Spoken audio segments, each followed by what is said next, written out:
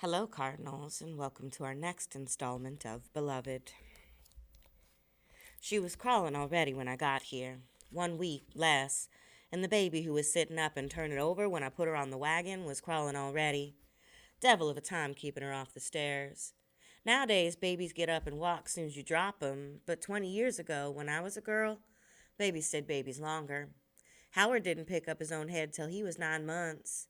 Baby Suggs said it was the food, you know. If you ain't got nothing but milk to give 'em, well, they don't do things so quick. Milk was all I ever had. I thought teeth meant they was ready to chew. Wasn't nobody to ask. Mrs. Garner never had no children, and we was the only women there. She was spinning, round and round the room, past the jelly cupboard, past the window, past the front door, another window, the sideboard, the keeping room door, the dry sink, the stove, back to the jelly cupboard. Paul D sat at the table, watching her drift into view and then disappear behind his back, turning like a slow but steady wheel. Sometimes she crossed her hands behind her back. Other times she held her ears, covered her mouth, or folded her arms across her breasts. Once in a while she rubbed her hips as she turned, but the wheel never stopped. Remember Aunt Phyllis from out by Minnowville? Mrs. Garner sent one of y'all to get her for each and every one of my babies. That'd be the only time I saw her. Many's the time I wanted to go over to where she was just to talk. My plan was to ask Mrs. Garner to let me off at Minnowville while she went to a meeting, pick me up on her way back. I believe she would have done that if I was to ask her. I never did, 'cause that's the only day Hallie and me had with sunlight in it for both of us to see each other by. So there wasn't nobody to talk to, I mean, who'd know when it was time to chew up a little something and give it to him. Is that what make the teeth come on out? Or should you wait till the teeth came and then solid food? Well, I know now, because baby Suggs fed her right, and a week later, when I got here, she was crawling already. Nobody stopping her either. She loved those steps so much we painted 'em so she could see her way to the top. Setha smiled then, at the memory of it.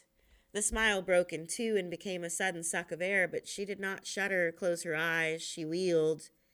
I wish I'd 'a known more. But like I said, there wasn't nobody to talk to. Women, I mean. So I tried to recollect what I'd seen back where I was before Sweet Home, how the women did there. Oh, they knew all about it. How to make that thing you used to hang the babies in trees so you could see 'em out of harm's way while you worked the fields. Was a leaf thing, too, they gave 'em to chew on. Mint, I believe, or sassafras. Comfrey, maybe. I still don't know how they constructed that basket thing, but I didn't need it anyway, because all my work was in the barn and the house. But I forgot what the leaf was. I could have used that. I tied Bugler when we had all that pork to smoke. Fire everywhere, and he was getting into everything. I like to lost him so many times. Once he got up on the well, right on it, and I flew. Snatched him just in time. So when I knew we'd be rendering and smoking and I couldn't see him after, well, I got a rope and tied that around his ankle. Just long enough to play around a little, but not long enough to reach the well or the fire. I didn't like the look of it, but I didn't know what else to do. It's hard, you know what I mean, by yourself and no woman to help you get through. Hallie was good, but he was debt working all over the place. And when he did get down to a little sleep, I didn't want to be bothering him with all that. Sixo was the biggest help.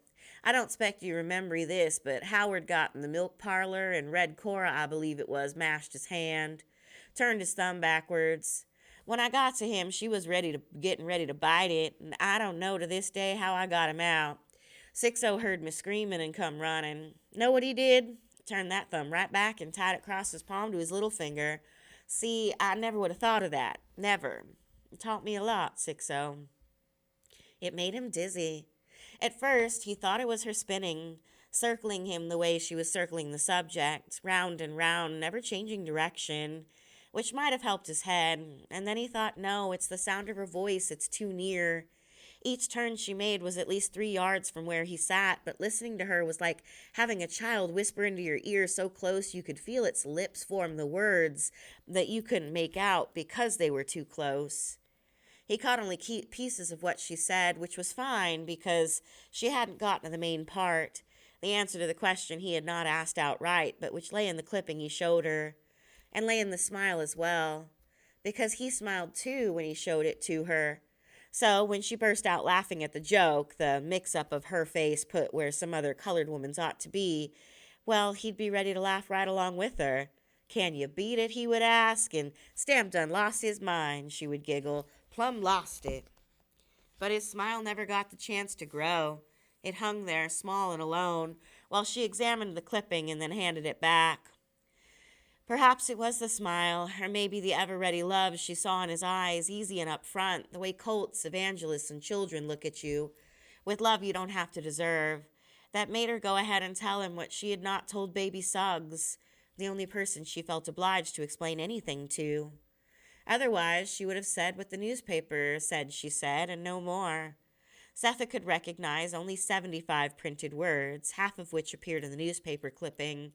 But she knew that the words she did not understand hadn't any more power than she had to explain. It was the smile and the upfront love that made her try. I don't have to tell you about Sweet Home, what it was, but maybe that you don't know what it was like for me to get away from there. Covering the lower half of her face with her palms, she paused to consider again the size of the miracle, its flavor. I did it. I got us all out, without Hallie, too. Up until then, it was the only thing I ever did on my own, decided, and it came off right like it was supposed to. We was here. Each and every one of my babies, and me too. I birthed them, and I got them out, and it wasn't no accident. I did that. I had help, of course, lots of that. But still, it was me doing it, me saying, go on, and now. Me having to look out, me using my own head. But it was more than that. It was a kind of selfishness I never knew nothing about before. It felt good, good and right. I was big, Paul D, and deep and wide, and when I stretched out my arms, all my children could get in between. I was that wide. Looked like I loved 'em more after I got here. Or maybe I couldn't love 'em proper in Kentucky because they wasn't mine to love.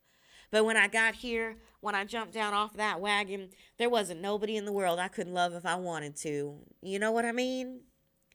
Paul D did not answer because she didn't expect or want him to, but he did know what she meant. Listening to the doves in Alfred, Georgia, and having neither the right nor the permission to enjoy it because in that place, mist, doves, sunlight, copper dirt, moon, everything belonged to the men who had guns. Little men, some of them, big men too, each of whom he could snap like a twig if he wanted to. Men who knew their manhood lay in the guns and were not even embarrassed by the knowledge that without gunshot, Fox would laugh at them. And these men who made even Vixen laugh could, if you let them, stop you from hearing doves or loving moonlight. So you protected yourself and loved small. Picked the tiniest stars out of the sky to own. Lay down with your head twisted in order to see the loved one over the rim of the trench before you slept. Stole shy glances at her between the trees that chain up. Grass blades, salamanders, spiders, woodpeckers, beetles, a kingdom of ants. Anything bigger wouldn't do. A woman, a child, a brother, a big love like that would split you wide open in Alfred, Georgia. He knew exactly what she meant. To get to a place where you could love anything you chose, not to need permission for desire. Well, now, that was freedom. Circling and circling now, she was gnawing something else instead of getting to the point. There was this piece of goods Mrs. Garner gave me, calico, stripes in it, had little flowers in between, about a yard, not enough more than a head tie. But I'd been wanting to make a shift for my girl with it. Had the prettiest colors. I don't even know what you call that color, a rose, but with yellow in it. And for the longest time I've been meaning to make it for her, and do you know, like a fool I left it behind. No more than a yard, and I kept putting it off because I was tired and didn't have the time. So when I got here, even before they let me get out of bed, I stitched her a little something from a piece of cloth baby Suggs had. And, well, all I'm saying is that's a selfish pleasure I never had before. I couldn't let all that go back to where it was, and I couldn't let her nor any of 'em live under school teacher. That was out. Setha knew that the circle she was making around the room, him, the subject, would remain one. That she could never close in, pin it down for anybody who had to ask. If they didn't get it right off, she could never explain because the truth was simple. Not a long, drawn-out record of flowered shifts and tree cages, selfishness, ankle ropes, and wells. Simple. She was squatting in the garden, and when she saw them coming and recognized school teacher's hat, she heard wings. Little hummingbirds stuck their needle beaks right through her headcloth and into her hair and beat their wings. And if she thought anything, it was no, no, no, no, no, no, no. Simple. She just flew. Collected every bit of life she had made, all the parts of her that were precious and fine and beautiful, and carried, pushed, dragged them through the veil, out, away, over there where no one could hurt them. Over there, outside this place where they would be safe. And the hummingbird wings beat on. Seth paused in her circle again and looked out the window. She remembered when the yard had a fence with a gate that somebody was always latching and unlatching in the time when 124 was a busy way station. She did not see the white boys who pulled it down, yanked up the post, and smashed the gate, leaving 124 desolate and exposed at the very hour when everybody stopped dropping by. The shoulder weeds of Bluestone Road were all that came toward the house. When she got back from the jailhouse, she was glad the fence was gone. That's where they had hitched their horses, where she saw, floating above the railing as she squatted in the garden, schoolteacher's hat. By the time she faced him, looked him dead in the eye, she had something in her arms that stopped him in his tracks. He took a backward step with each jump of the baby heart until finally there were none. I stopped him, she said, staring at the place where the fence used to be. I took and I put my babies where they'd be safe. The roaring in Paldy's head did not prevent him from hearing the pat she gave to the last word, and it occurred to him that what she wanted for her children was exactly what was missing in 124. Safety. Which was the very first message he got the day he walked through the door.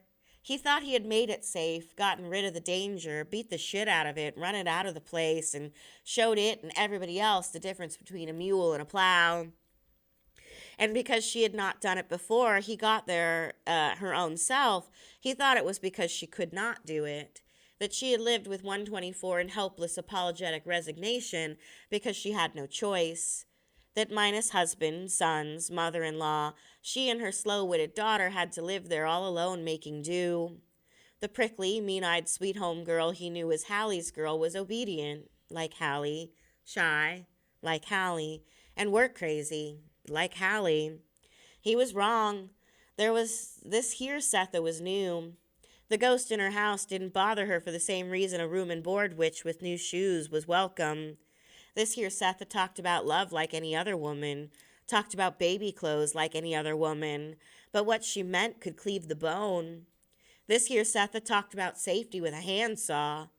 This here new Setha didn't know where the world stopped and she began, and suddenly he saw what Stampede wanted him to see. More important than what Setha had done was what she claimed, and it scared him. Your love is too thick, he said, thinking. That bitch is looking at me. She's right over my head, looking down through the floor at me. Too thick, she said, thinking of the clearing where Baby Suggs' commands knocked the pod off horse chestnuts. Love is or it ain't. Then love ain't love at all. Yeah, it didn't work, did it? Did it work, he asked. It worked, she said. How? Your boy's gone, you don't know where. One girl dead and the other won't leave the yard. How did it work? They ain't at Sweet Home. School teacher ain't got 'em. Maybe there's worse. It ain't my job to know what's worse. It's my job to know what is and to keep them away from what I know is terrible. I did that. What you did was wrong, Setha. I should have gone back there, taken my babies back there. There could have been a way, some other way. What way? You got 2 feet, Setha, not 4, he said. And right then, a forest sprang up between them, trackless and quiet.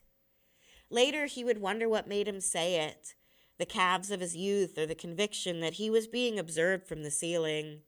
How fast he had moved from his shame to hers, from his cold house secret straight to her too thick love. Meanwhile, the forest was locking the distance between them, giving it shape and heft. He did not put his hat on right away. First he fingered it, deciding how his going would be, how to make it an exit and not an escape. And it was very important not to leave without looking. He stood up, turned, and looked up the white stairs. She was there all right, standing straight as a line with her back to him. He didn't rush to the door. He moved slowly, and when he got there, he opened it before asking Setha to put supper aside for him, because he might be a little late getting back. Only then did he put on his hat. Sweet, she thought. He must think I can't bear to hear him say it. That after all I have told him and after telling me how many feet I have, goodbye would break me to pieces. Ain't that sweet? So long, she murmured from the far side of the trees.